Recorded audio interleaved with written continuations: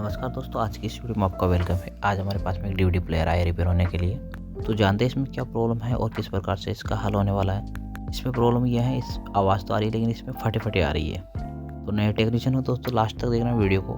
थोड़ा लंबा वीडियो है लेकिन आपको समझ में आ जाएगा किस प्रकार से रिपेयर करना है।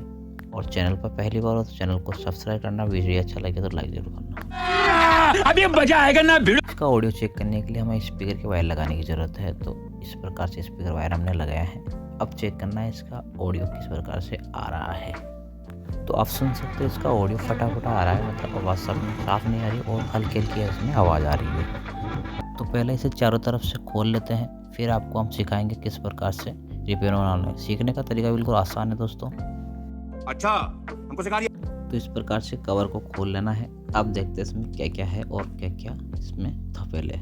तो यहाँ एक डीवीडी प्लेयर का सीडी प्लेयर रखने का लगा हुआ था लोडर, वो हटा दिया है। आज के तकरीबन 7-8 साल पहले यूएसबी बनवाया था तो भैया ने तब हटा दिया था। एक वॉल्यूम इसमें लगा हुआ है और एडजस्टेबल के लिए तो 2 वॉल्यूम लगे हुए हैं। तो इससे पहले इस वॉल्यूम को खोलते हैं। कभी कभी क्या होता है वॉल्यूम में भी प्रॉब्लम हो जाती है। तो पहला सबसे पहले आपको वॉल्यूम चेक करना है कि वॉल्यूम सही है या ख़राब है। अगर वॉल्यूम में डाउट हो तो वॉल्यूम में सारे तार काट लेना है और आपको ऑडियो हमिंग चेक करनी है कि किस प्रकार की हमिंग आ रही है। अगर हमिंग भी फटी आ रही है तो समझ लेना है आपकी आईसी ही ख़राब होने वाली है। तो हमने जब अच्छी तरीके से चेक किया तो ये देख सकते हो इसमें हमिंग आ रही है लेकिन फटी आ रही है। तो इसका मतलब आईसी ख़राब है। पहले हम यहाँ से इसे आउटपुट की पिन लगा के और चेक कर लेते डायरेक्ट किस प्रकार की आवाज़ आती है।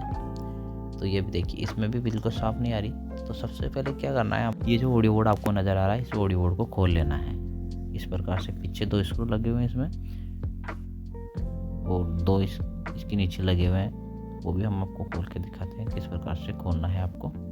तो ऑडियो बोर्ड को हमने खोल लिया है, पीछे स्पीकर वायर हटा देते हैं।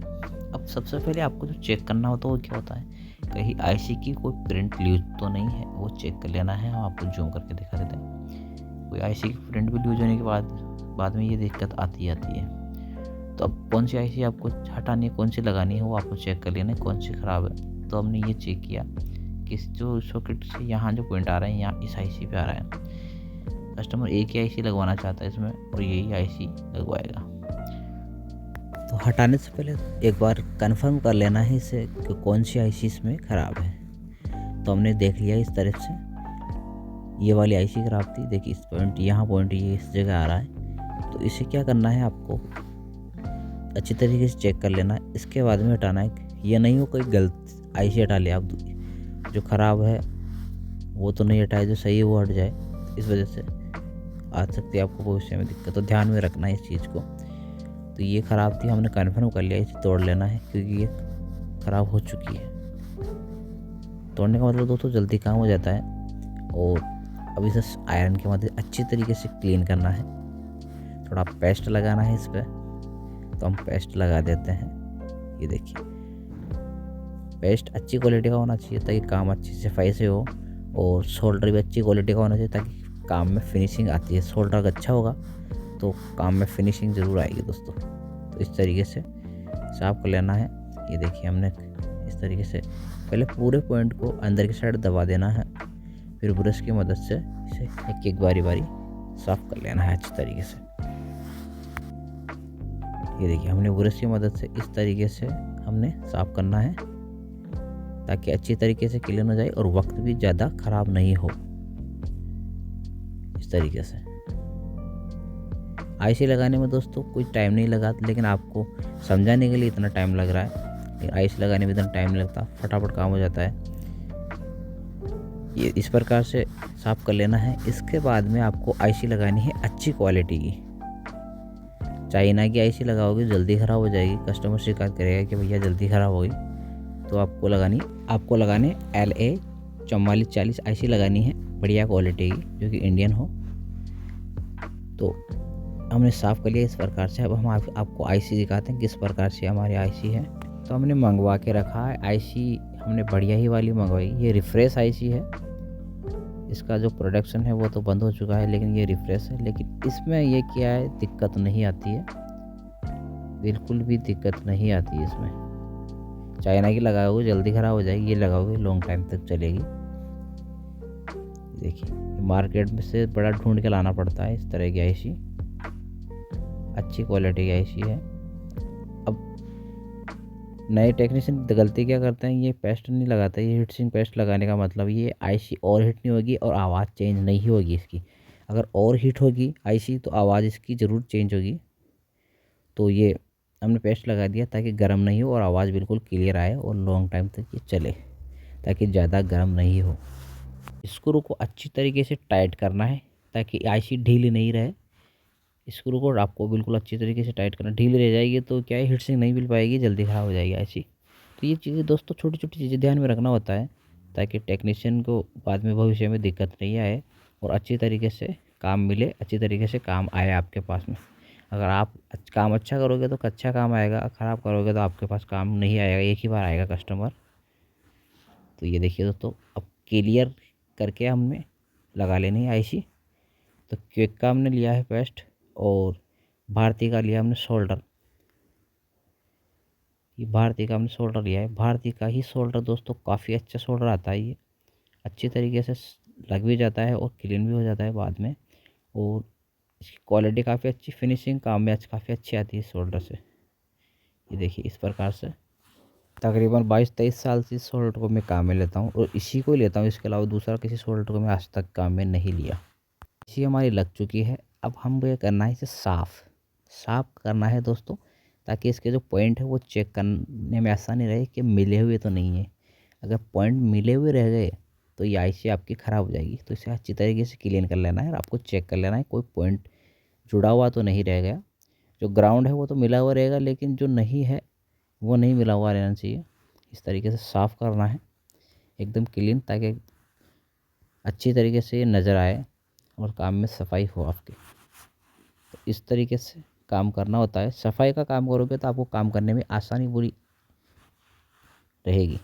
तो अब हमने कर दिया इसे फिटिंग। अब हम इसकी टेस्टिंग करते हैं ये चलता है या नहीं चलता है। तो ये लगा दिया हमने प्लग।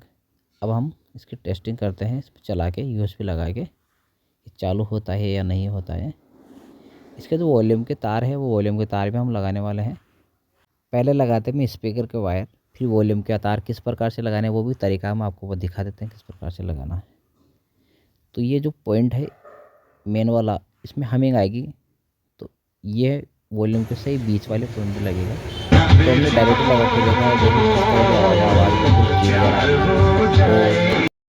अब जो कनेक्शन करने हैं वॉल्यूम के, तो वॉल्यूम के किस प्रकार से कनेक्शन करने वो भी हम आपको तरीका दिखा देते हैं किस प्रकार से वॉल्यूम के कनेक्शन करने होते हैं। ऑडियो बोर्ड के अंदर से जो वायर आते हैं उन वायर को अंदर आपको चेक करना हमिंग किस में आ रही है सबसे ज़्यादा तेज़, तो सही बीच वाले पॉइंट पे लगने वाला है और अर्थिंग साइड में लगने वाला है और ये इनपुट यहाँ लगने वाला है। तो हम 3 ही तार लगाने वाले हैं। तो हमें चेक करने का तरीका देखिए, इस प्रकार से आपको फुल आवाज़ आएगी, हमिंग क्या आएगी, तो ये बीच में लगने वाला है। ये बीच में हम लगा देते हैं इस प्रकार से, इस प्रकार से लगाना है बीच में। तो आयरन की मदद से इसे सोल्डिंग कर लेते हैं। ये देखिए बीच में जो आवाज़ हमिंग क्या आई थी बीच वाले पॉइंट पे लगाना है, ग्राउंड फर्स्ट वाले पे, थर्ड पॉइंट पे आपको लगाना है इनपुट जो आगे ऑडियो से आएगा यूएसबी बोर्ड से। ये देखिए इस प्रकार से लगाना है। दोस्तों मैं इलेक्ट्रॉनिक वीडियो मेरे चैनल पे सारे लाता हूँ, जो मेरी दुकान पे काम आता है वो सारे आपके सामने लाता हूँ और अच्छी तरीके से समझाने की कोशिश करता हूँ कि ताकि आपको समझ में आ जाए। नहीं तो सिखाने में तो आजकल पैसे देने के बाद में भी कोई अच्छे ढंग से सिखा नहीं पाता। मैं आपको सिखाने की पूरी कोशिश करता हूँ। नए टेक्नीशियन हो तो दोस्तों प्लीज़ चैनल को सब्सक्राइब ज़रूर करना। काम एक बार आपको सिस्टम समझ में आ जाना चाहिए कि किस प्रकार से होता है, फिर आप किसी भी चीज़ को आप रिपेयर कर सकते हो। एक बार में आपके दिमाग में डाटा होना चाहिए कि कौन सा आइटम किस जगह क्या उगाने वाला है, तो आप किसी भी आइटम को रिपेयर कर सकते हो। जानकारी अच्छी होनी चाहिए हर चीज़ की। और काम की तो दोस्तों बात ऐसी है, धीरे धीरे नॉलेज आती रहती है और काम चलता रहता है। लेकिन आपको थोड़ा नॉलेज होना चाहिए कि किस प्रकार से होने वाला है, क्या क्या सावधानी रखनी चाहिए काम करते वक्त। किसी भी इलेक्ट्रॉनिक आप उपकरण को आप चेक करो तो सबसे पहले सीरीज में ही लगाना है और आपको जूते और चप्पल हमेशा पहन कर रहना है। इनके बगैर आपको बिल्कुल काम नहीं करना है। सावधानी ज़्यादा ज़रूरी है इस चीज़ में। और मीटर की मदद से दोस्तों आप हर चीज़ को चेक कर सकते हो। मीटर की नॉलेज अच्छी होनी चाहिए, उसका भी वीडियो मैं आपको कंप्लीट नॉलेज के साथ देने वाला हूँ।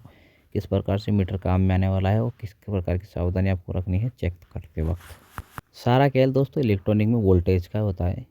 जितने वोल्ट जहाँ मिलने चाहिए उतने वोल्ट अगर मिल गए तो ये समझ लो आपका काम हो जाएगा। अगर वोल्टेज वहाँ जहाँ मिलने चाहिए वहाँ नहीं मिले तो वो नहीं होगा। तो वोल्टेज का सारा खेल मीटर से और वोल्टेज का चेक करना होता है, कौन सा वोल्टेज किस जगह मिलना चाहिए। एलईडी टीवी बोर्ड के अंदर टोटल वोल्टेज का काम है और सभी उपकरण में वोल्टेज का होता है, लेकिन एलईडी टीवी के अंदर क्या अलग अलग वोल्टेज है, अलग अलग रेगुलेटर लगे होते हैं, उसके हिसाब से उनको चेक करना होता है। तो हमने लगा दिया है ये वॉल्यूम और यहाँ हमने फिट कर लिया है। अब हम आपको इसकी टेस्टिंग करा देते हैं। ये कंप्लीट हो चुका है वैसे तो, लेकिन एक बार और फिर आपको हम इसकी टेस्टिंग करा देते हैं।